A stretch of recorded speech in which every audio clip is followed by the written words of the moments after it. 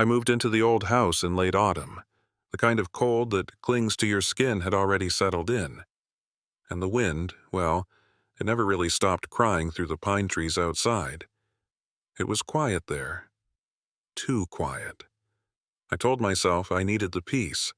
The city had become too loud, too full of memories I wanted to forget. The house stood on a small hill, just outside of town. Abandoned for years, but still in good shape. Mostly. There was only one room that felt off. The upstairs bedroom. It faced the woods. The windows were tall and thin, with lace curtains yellowed from time. And above the fireplace hung a painting. I didn't notice it at first. The shadows in the room had a way of swallowing details. But that night, my first night, I couldn't sleep. I kept feeling like something was watching me. And when I sat up, my eyes went straight to the painting. It was of a woman. Her face, pale, eyes dark. She stood in the woods, alone, snow falling gently around her shoulders. Her mouth was just barely open, like she was about to speak. I stared at her for a long time. Something about the way she looked. It wasn't just sadness. It was knowing, like she knew something I didn't.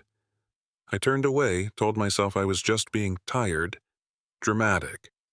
But just as I started to drift off, I heard it.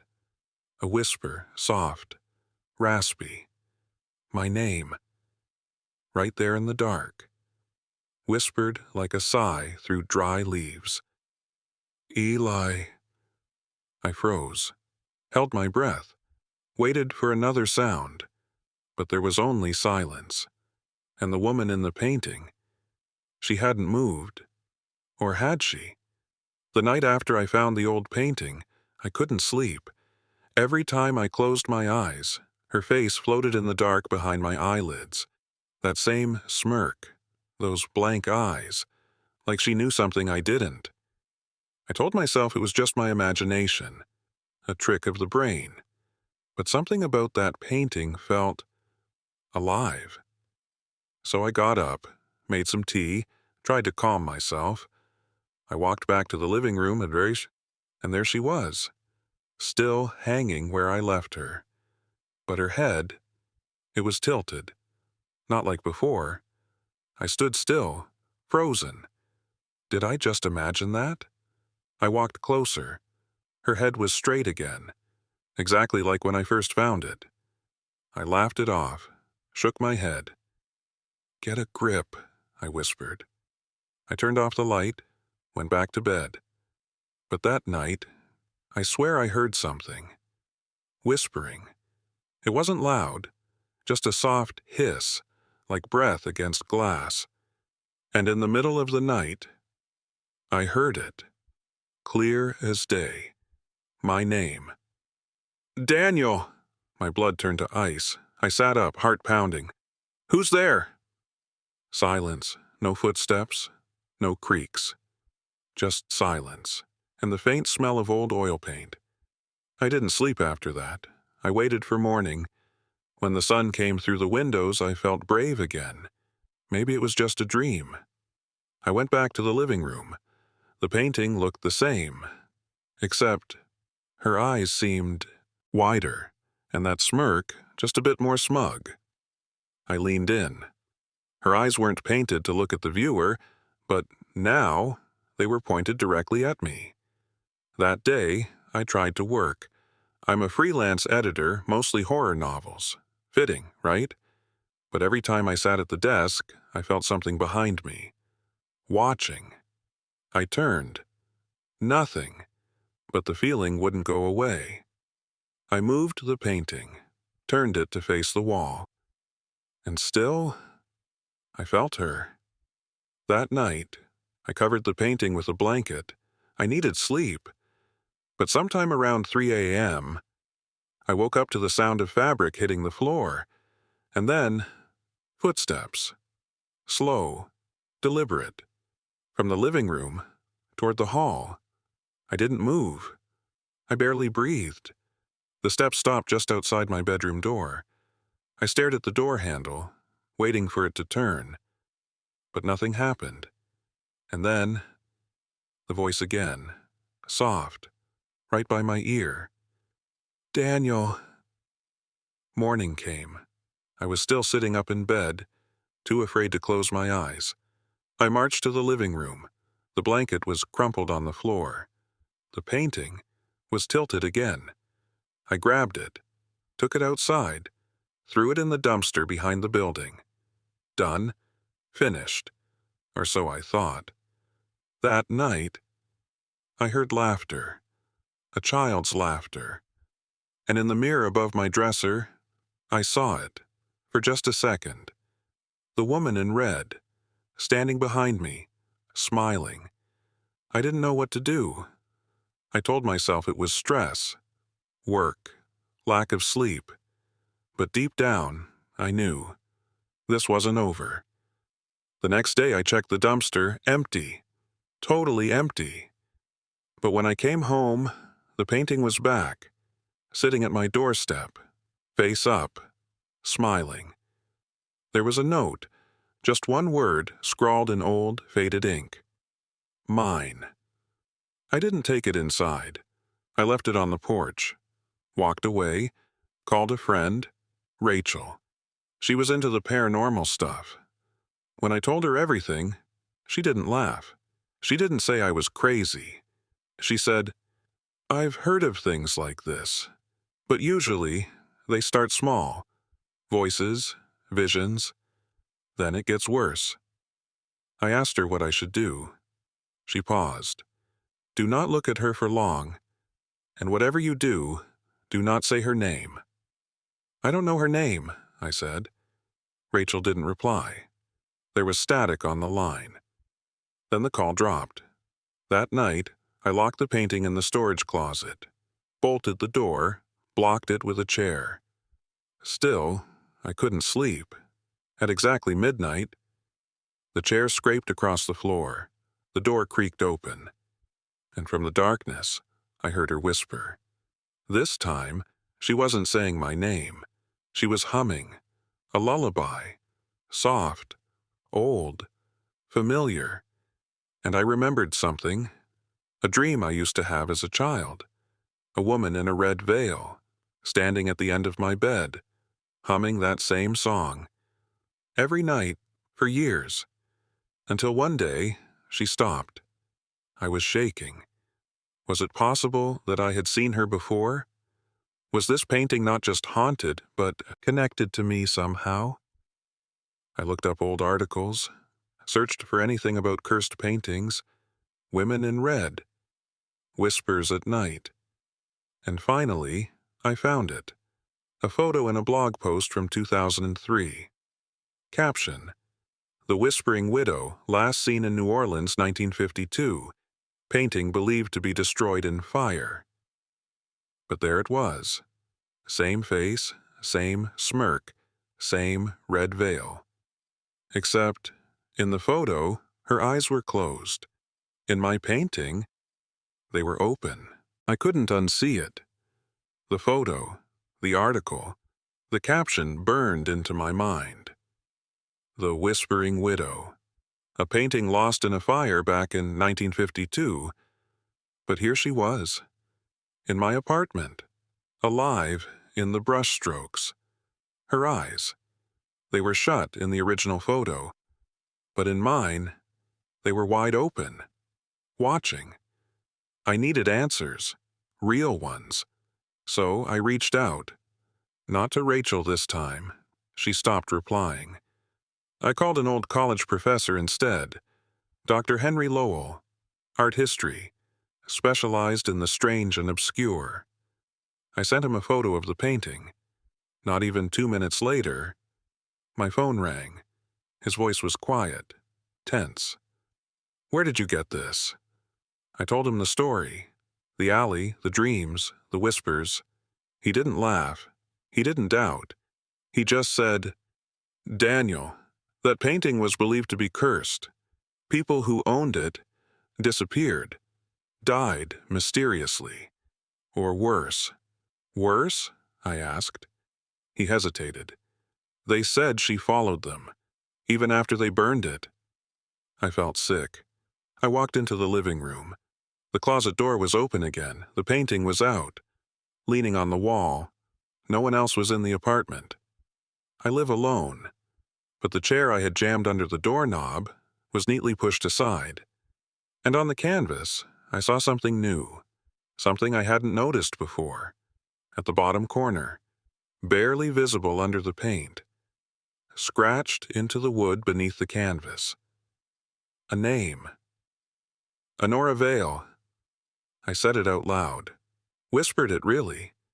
As soon as the word left my lips, the lights flickered, the air went cold, and from behind me, a voice, soft, delicate, right by my ear. You remembered. I turned. Nothing. Just the air, still and heavy. But the painting, her expression had changed again. That smirk was now a full grin, teeth showing. White, too many. I locked the painting in my car, drove 2 towns over, left it at a thrift store, didn't even ask for money. I just wanted it gone. I slept better that night. For the first time in days, no whispers, no footsteps, no humming, just sleep.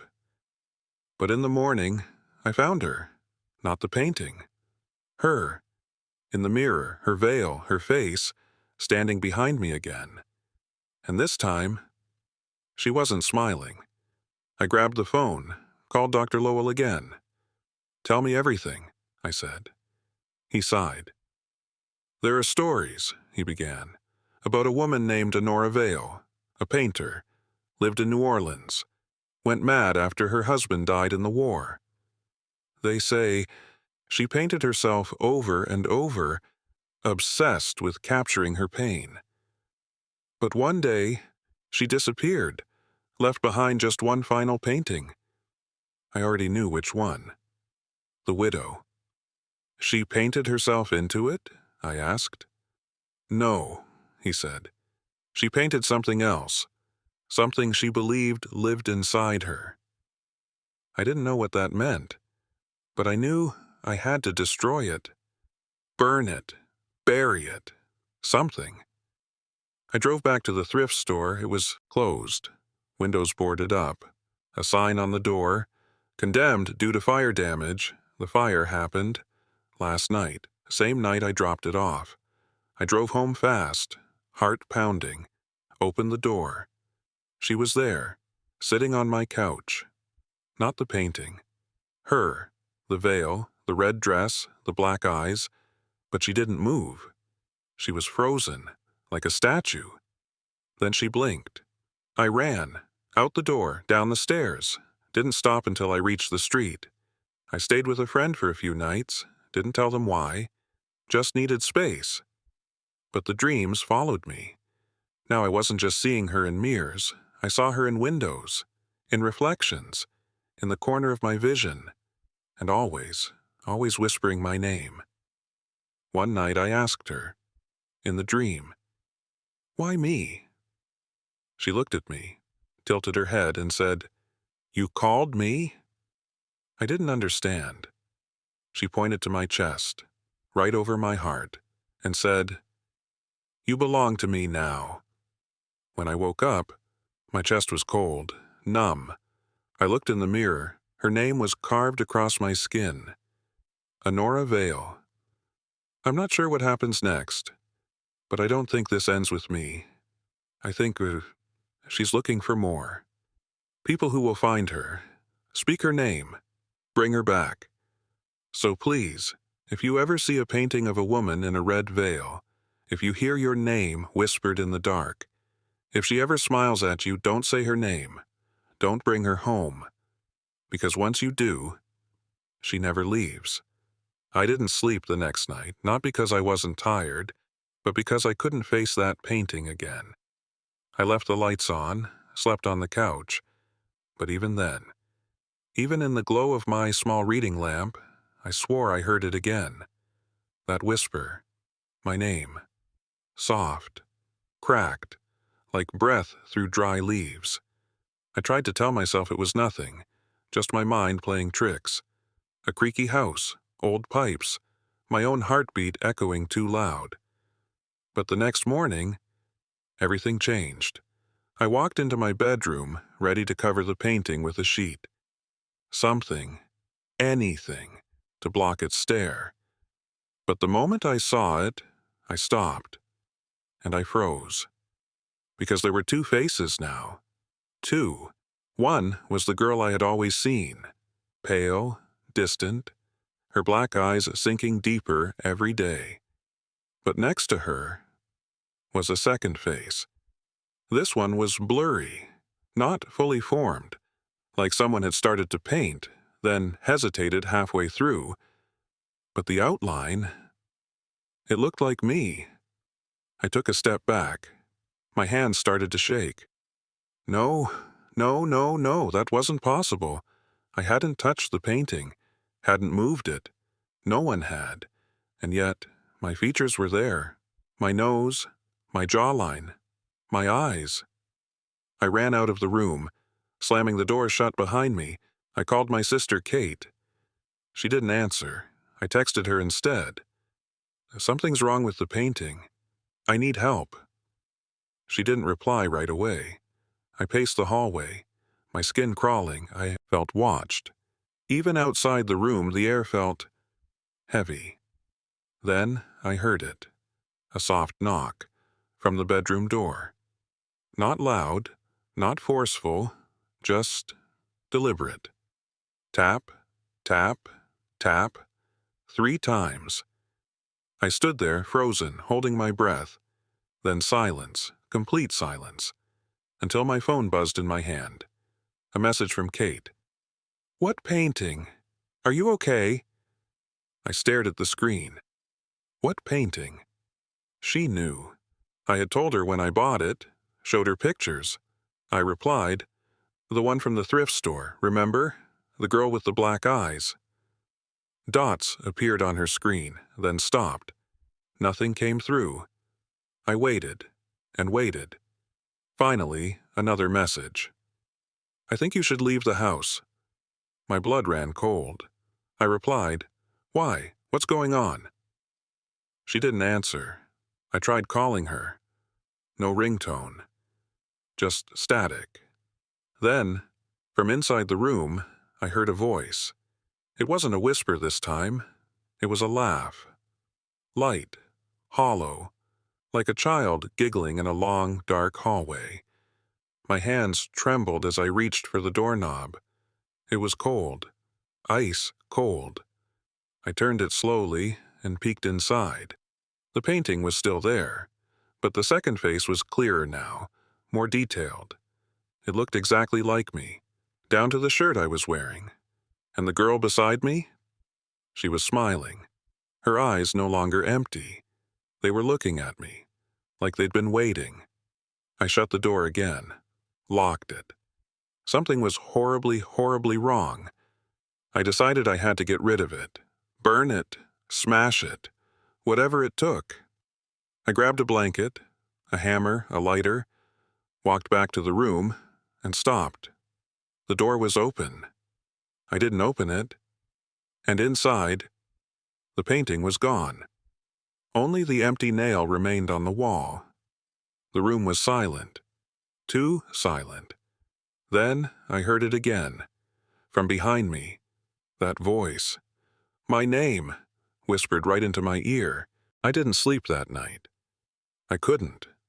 Every time I closed my eyes, I saw the painting. Not just the face, no, but the entire canvas, alive, breathing, watching. The woman's mouth, it was open now, slightly, like she was about to say something, like she had something to confess. But when I stared too long, my ears would ring, my chest would tighten. And somewhere, in that thick silence, I swore I could hear her whispering again. My name. Again and again. I tried covering the painting. I threw a blanket over it. I nailed it to the wall backward. I even took it out to the shed in the backyard, locked it behind 2 doors. But that night, just after midnight. I heard the floorboards creak.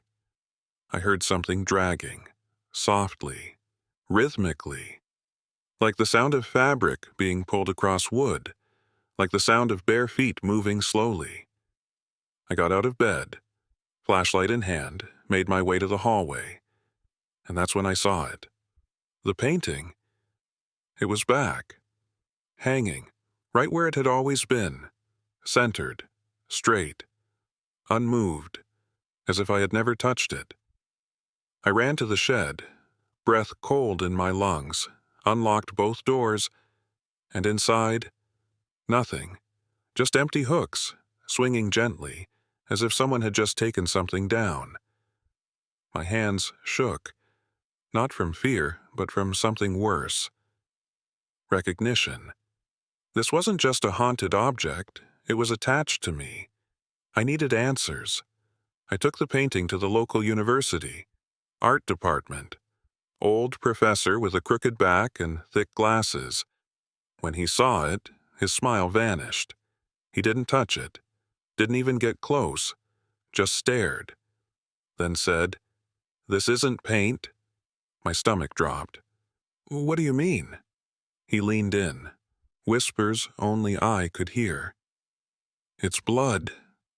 He explained the pigments, the texture, the chemical breakdown, all consistent with blood, human and animal. And beneath the layers, something else, writing, ancient script, hidden, faded. But one word was clear. Lamia. He looked at me with eyes that had seen too much. "Where did you get this?" I lied. Said it came from a garage sale in Duluth. He didn't believe me, but he didn't ask again, just warned me. "Don't sleep near it. Don't let it see you dream." Too late. It had already seen everything. My childhood, my nightmares, my worst memories, and now it whispered not just my name, but my fears, my secrets, my regrets. It called out things I never said aloud, told me what I wished I could forget. By now the whispering didn't stop. It followed me into work, into the grocery store, into my phone calls. Always that voice, soft, wet, familiar, and worst of all, comforting. I started losing time, blank spots in my memory. One minute I'm in the living room, the next I'm in the backyard staring at nothing. Once, I woke up in the bathtub, fully clothed, soaked, shivering. The faucet hadn't been turned on, but I was drenched, like something had pulled me under. I tried burning it, built a bonfire, watched the canvas curl in the flame, listened to it crackle and hiss, and for a moment I felt peace, relief, silence. But the next morning, it was hanging in the hallway again, untouched, colors still rich, the woman's mouth wider now, like she was smiling. I called my sister, begged her to take it, just keep it locked away. She said yes. 2 days later, she stopped answering her phone. When I drove out to her house, the door was open, lights off, and in her living room, sitting in the dark, the painting, back where it had always belonged. It doesn't whisper anymore.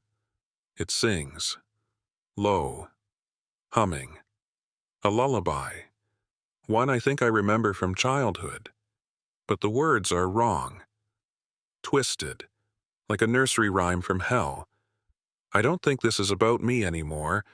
I think the painting is becoming something, feeding, and I don't know what happens when it's done, but I don't want to be here when it finishes. Not in this house, not in this body, not in this skin.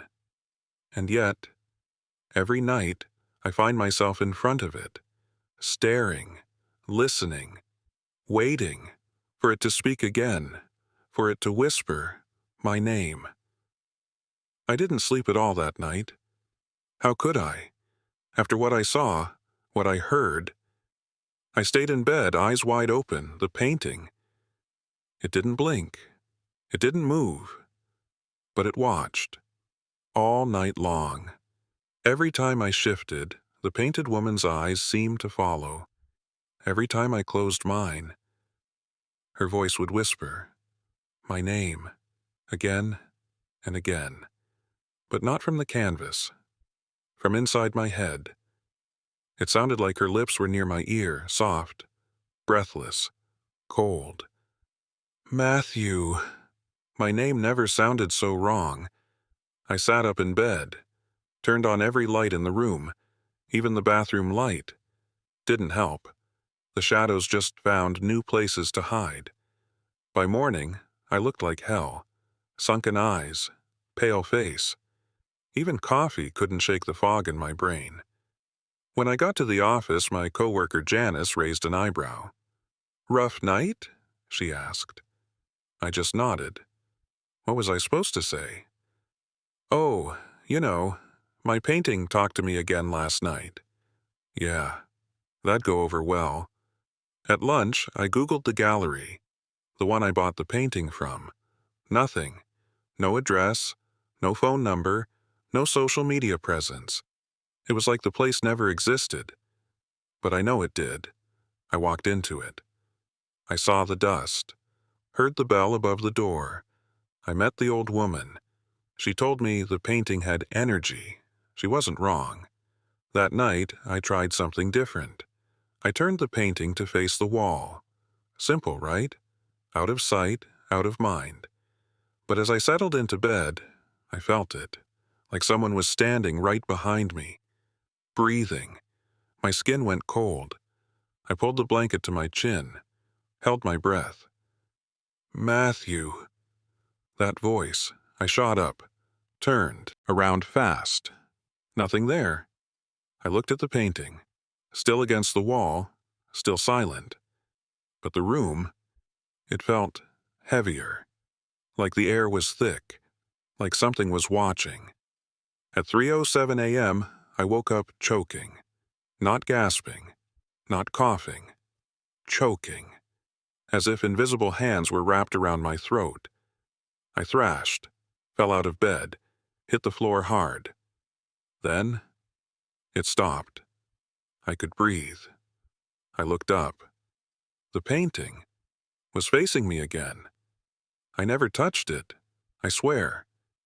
The next day I called a friend, Sasha. She was into weird stuff, occult books, ghost stories, crystals and sage. I never believed in that crap. But now I was desperate. I brought her over, showed her the painting. She stared at it, didn't blink, didn't speak for a full minute. Then she whispered, "You need to get rid of this." I told her I tried. I told her I took it down once, and the power went out, and my dog went missing, and the glass shattered on its own. She lit some sage, walked around the apartment, chanted something in a soft voice. The smoke curled toward the ceiling, but when it passed the painting, it stopped mid-air, like hitting a wall. Sasha dropped the sage, backed away. "That's not just haunted," she said. "That thing's a beacon." I asked her what that meant. She said, "It's not just a ghost. It's something older, something that remembers your name." That night, I didn't go home. I stayed at Sasha's place, thought maybe distance would help. Maybe the thing only had power inside my apartment. But I was wrong. At 2:48 a.m., her dog started barking at the corner of the room. Nothing there. Then, her TV turned on. Static, just static. Then the screen flickered, and I saw the painting on her screen. Her living room lights exploded, glass everywhere. I left that night. When I got back home, I found the painting had moved again. It was in my kitchen, propped up on the table. And the canvas, it was wet, dripping, with what looked like, no, it couldn't be. Blood? It smeared down the table leg, and at the very bottom, written in long, red strokes, "Don't leave me again." That night, I didn't try to sleep. I sat on the couch, lights on, phone in hand. Every time I blinked, I thought I saw movement. The corners of the room danced with shadows. The painting whispered to itself. I swear it did. And at 4:12 a.m., I heard a knock. From inside the closet. I crept forward. Every step felt like a scream. My fingers shook as I reached for the doorknob. Turned it slowly. The door creaked open. Nothing. Just coats, boxes, and then a whisper. Right in my ear. I missed you, Matthew. I slammed the door, threw the painting out again, into the alley, into the rain. But when I woke up the next day, it was back on my wall. Dry, clean, smiling. I didn't touch the painting that morning. Didn't speak to it. Didn't even look at it. But it was there. Back on my wall. Hung perfectly. Like it never left. And her eyes, they were a little different. Softer, wider, like she was happy. That terrified me more than anything else. I went to work. Tried to pretend it was a normal day. Tried to have coffee. Answer emails. Talk to Janice like everything was fine. But every time I looked at my phone, the background image had changed. To the painting. Not a photo of it. A full, living replica. Her smile. Those dead, painted eyes, staring back at me. I changed the wallpaper. Twice. It changed itself back. At lunch, I drove out of the city. To the countryside. Found a small church on a hill. Quiet. Old. Empty. I didn't even believe in that kind of thing. But something inside told me, if I wanted answers, I had to look beyond logic. I found a priest inside. Told him everything. He listened. Didn't laugh. Didn't call me crazy. Just asked one question. Have you invited it in? I blinked. What? He leaned forward. Some spirits aren't attached to places or objects. They're attached to people. And sometimes they need permission. I told him I never invited anything. He looked at me for a long moment, then said, sometimes attention is enough. He gave me a small vial of holy water. Told me to sprinkle it around the painting. Say a prayer. Don't engage with it. Don't speak its name. If I knew it. I didn't. At least not yet. But it felt like the painting was waiting for me to learn it. That night I followed his instructions, lit a candle, drew the curtains, held the vial with both hands. When I stepped toward the painting, the room grew colder. My hands started to tremble, but I sprinkled the water anyway. It hissed. I'm not exaggerating. The canvas, it hissed like something alive. The flame on the candle flickered wildly. Then, a crack. A small one, splitting down the center of the canvas, right over her face. I stepped back, heart pounding. The whisper came instantly. But this time, it wasn't just my name. It was a sentence. You shouldn't have done that. The lights went out. Total black. And then, the sound of footsteps. Slow, bare feet. On wooden floorboards. Not from the hallway. From inside the room. Coming closer. I couldn't see a thing. I backed into the corner, fumbling for my phone, my flashlight. Something. Then, a hand touched my shoulder. I swear to you, a hand. Ice cold. Thin fingers. I screamed, spun around, nothing. The lights flicked back on. The painting was gone. I searched the apartment. Every room, every drawer, under the bed, in the closets. Gone. No sign of it. I should have been relieved, but I wasn't. Because now, I didn't know where it was. That night I lay awake, not blinking, not breathing deeply, just waiting, listening. Hours passed. Nothing. Then, just before dawn, my phone buzzed. An unknown number, One message. It read, "I'm still watching." And below that, a photo, taken from outside my apartment window, looking in at me, sleeping. Except I hadn't slept. I jumped up, ran to the window. No one there, no footprints, no shadows, just the slow gray breath of morning. But the fear didn't lift, because the truth hit me like a knife. If that photo was real, then I was lying in bed, but I was also standing at the window. So, who was watching who? The next day I checked into a hotel, burned the old bed sheets, changed my phone number, did everything I could think of. But deep down, I knew. You can't run from something that's already inside you. I didn't sleep for 3 nights. Not really. I dozed in chairs, in the bathtub, in the hallway with all the lights on. But no dreams, no deep rest, just the sound of that whisper, still circling the back of my mind like a moth trapped in glass. The hotel room was small, windowless. Safe, I thought. No mirrors, no paintings. Just 4 white walls and a cheap lamp that buzzed when it got too quiet. But the buzzing stopped. And I knew she had found me again. It started with a smell. Old paint, oil, canvas, dust, and something sweet, like rotting flowers. I turned, and there it was. Not the painting, but a shadow of the painting, outlined on the wall, like something had hung there for years, then vanished, but left its ghost behind. I blinked, rubbed my eyes, still there. My heart pounded in my chest. I grabbed my phone. No signal, no Wi-Fi. Even the hotel landline had gone silent, just dead air. I tried to run. The door wouldn't open. I was trapped, not in a haunted house, not in a cursed painting, but in a story I didn't understand. A ritual I'd unknowingly completed, because I remembered what the priest had said.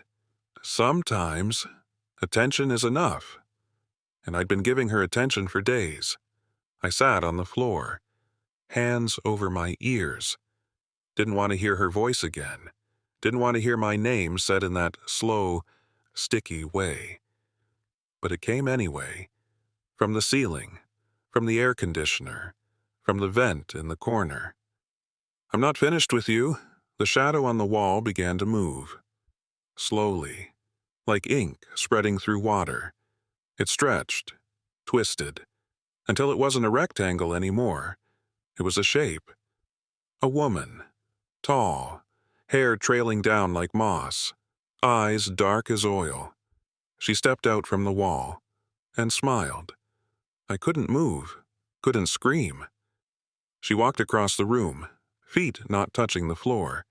Each step left a black mark, like soot. She leaned close to my ear. "You brought me back." Back? From where? Was she ever gone? Was she ever alive?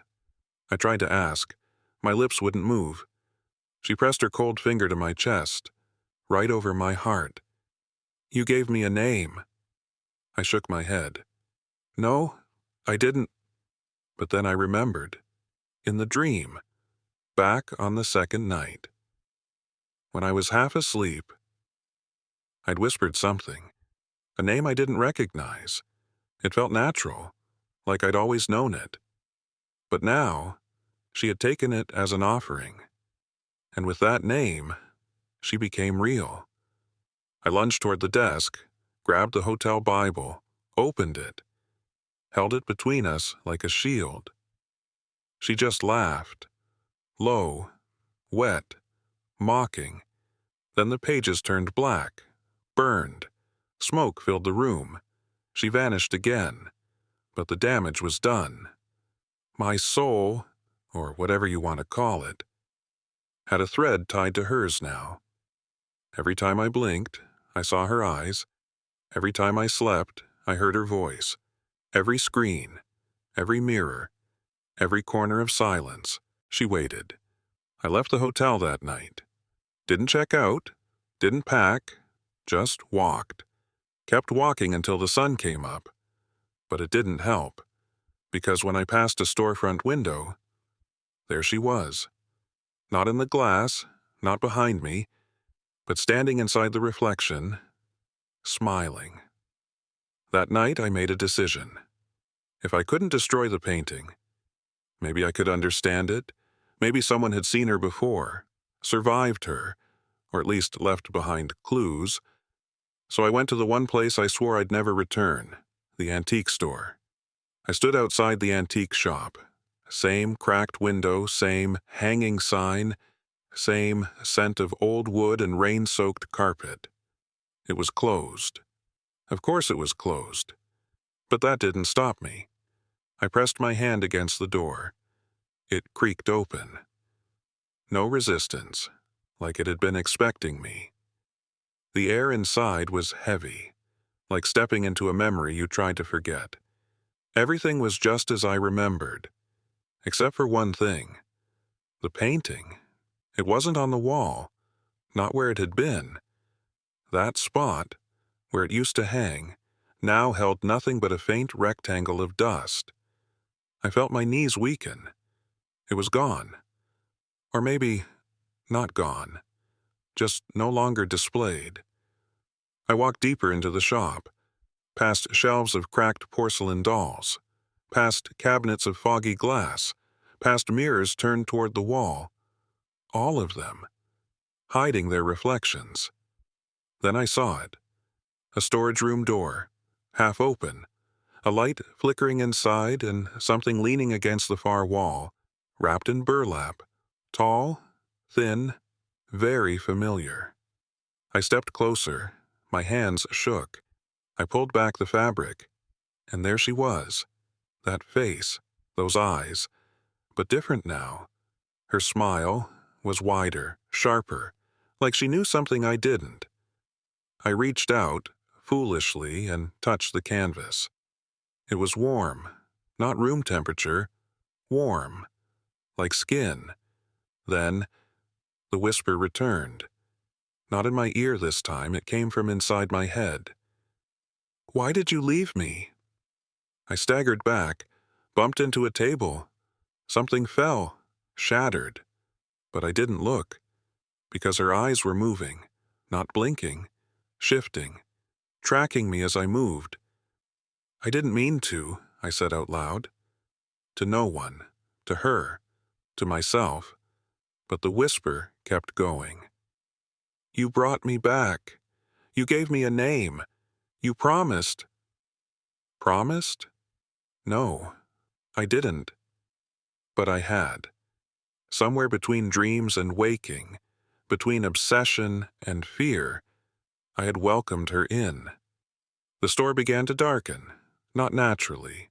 The lights dimmed, the windows fogged, the air thickened like molasses. Then, from behind the shelves, they stepped out.